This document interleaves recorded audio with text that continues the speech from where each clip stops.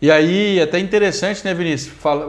Já em um passo mais na frente, mas a gente estava até falando mais cedo aqui sobre questão dos imprevistos que tem na vida, né? Que a gente às vezes tem alguns gastos meio inesperados, algumas coisas que entram, né? A importância de se ter uma reserva de emergência, né, Vinícius? Porque essa reserva de emergência, igual a gente está vindo de um ano maluco aí, né? Que mais do que nunca, quem teve reserva de emergência teve uma sanidade mental para passar por ela, né? Quem tinha um dinheirinho guardado ali para passar por um momento que às vezes sua renda foi a zero, onde você não conseguiu trabalhar, não conseguiu desempenhar a sua função. Mas se você é uma pessoa educada financeiramente, tem reserva de emergência, você consegue passar por esses desafios de uma maneira mais branda, né, Vinícius? Consegue sentir menos. E, por exemplo, no caso da galera do agronegócio aqui que trabalha, que é um mercado, digamos, é um pouco às vezes sazonal, às vezes tem época boa, tem época ruim, tem safra, tem até safra, tem ano que tem um salário bom, tem ano que eu tenho um salário ruim. Como que você vê essa importância da reserva de emergência e qual a melhor aplicação na prática aí, uma recomendação do Dinheiro Não Morde para colocar esse dinheiro dessa reserva de emergência? Bom, como você mesmo falou, a reserva de emergência ela é fundamental ali para te dar sanidade, para te dar tranquilidade, para você tomar decisões, seja do âmbito pessoal quanto profissional. Então, quando a gente fala em você começar a investir, a reserva de emergência é o primeiro ponto, é o primeiro passo. Você vai juntar um dinheiro e esse dinheiro, no primeiro momento, você não tem que preocupar com rentabilidade. O importante é nem que você pegue esse dinheiro e coloca na poupança para você ter ali um dinheiro disponível para qualquer emergência, é o primeiro ponto na sua caminhada e na sua jornada em busca da liberdade financeira ou mesmo de ter uma situação financeira mais organizada. E qual que é o valor correto para mim saber quanto que deve ser a minha reserva de emergência? Isso aí é uma coisa muito pessoal, mas assim, depende muito do perfil da pessoa, da atividade profissional dela, se é um funcionário CLT, se é uma pessoa concursada, um autônomo. Então eu diria que assim, para aquela pessoa que é concursada, tem uma estabilidade teoricamente maior, talvez para essa pessoa ter ali entre 3 e 6 meses dos seus gastos mensais, ou seja, a pessoa gasta 3 mil por mês com os gastos mensais dela. Se tiver ali entre 9 e 18 mil, já é uma reserva de emergência bacana, que vai dar certa tranquilidade para ela. E isso depende muito não só do tipo de atividade que a pessoa realiza, né? Igual eu falei, concursado, CLT, mas depende muito também do perfil de risco da pessoa. Talvez uma pessoa que vamos falar assim, ela tem o psicológico um pouco mais fraco, né? Ela fica mais tensa em momentos de dificuldade. Para essa pessoa seria indicado ter uma reserva de emergência maior, talvez um ano de gastos. Nesse exemplo aí de 3 mil, a pessoa pegar aí 12 meses de gasto, ter 36 mil reais aplicados. E assim, eu falei no começo que seja na poupança, né, a pessoa deixar aquele dinheiro aplicado. Hoje a gente tem várias opções no mercado, né? A gente tem contas aí em banco digital que rende 100% do CDI. Nós temos vários CDBs de liquidez diária de vários bancos. Tem o próprio Tesouro Direto, onde o pessoal tem aí o título do Tesouro Selic.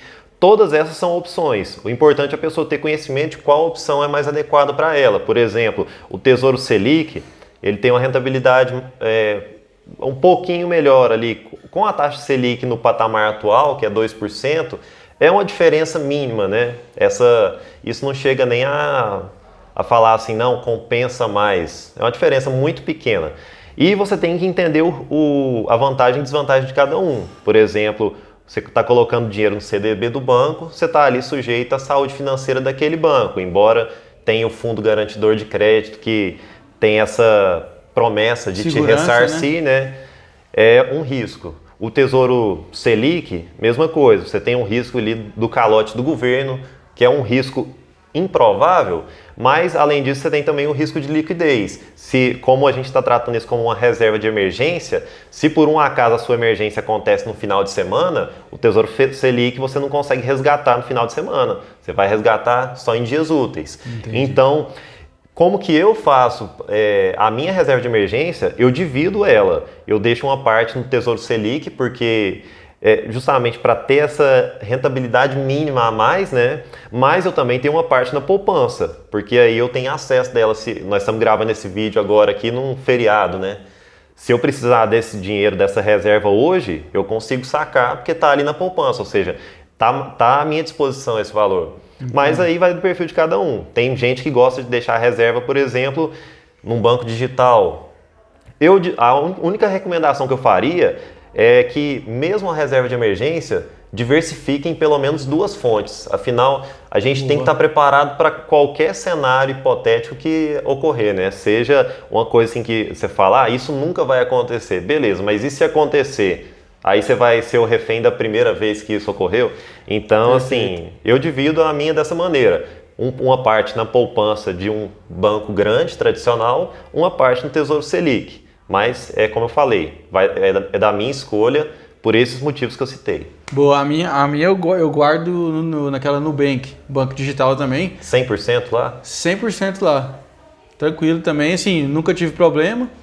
A questão da liquidez, né, assim, sempre que eu precisei, sempre estava à mão. E tem a praticidade, questão de... só fazer um parênteses aqui, ó, nós não somos patrocinados, tá? Aqui a conversa nossa é trazer conteúdo de valor mesmo e falar da gente. Tanto é que nós estamos aqui de boa, gravando no feriado, o Vinição, nós estamos aqui de bermuda, tava tomando um ali mais cedo, né? Mais que devia, né? Mais que devia, mas, enfim, eu guardo a minha reserva de emergência no conta, que eu tenho lá no Nubank, que me atende super bem e rende 100% CDI, né? Ou seja, igual o Vinícius falou, hoje está aí 2%, mas, enfim, me atende super bem, mas é questão de perfil também, vai de cada um, né? Colocar aí em qualquer canto. Que tem a segurança, né? Lógico, né? Exatamente. Aí vai bem de encontro novamente aquilo que eu falei do perfil de investidor. Pelo meu perfil de risco ali, eu acho que eu não teria o psicológico para deixar 100% da minha reserva de emergência num banco digital. Que, sei lá, vai que acontece alguma catástrofe e esse banco sai do ar. Claro que a gente sabe que tem muita regulamentação por trás, né? O banco não ia estar lá ofertando o serviço dele para a sociedade se não tivesse provado diversas condições para atender isso. Mas é a questão, você tem que ir onde você se sente mais confortável. Bacana. Show de bola, Vinícius. É fantástico. E, cara, e a reserva de emergência, enfim... até no âmbito pessoal mesmo seu aí, né? Só né, vendo a questão... Às vezes você perde o emprego, às vezes você quer mudar de emprego, às vezes você não está satisfeito onde você está trabalhando. Essa reserva de emergência te dá essa elasticidade, né? Para você poder sobrepor esses desafios, né? E aí depois que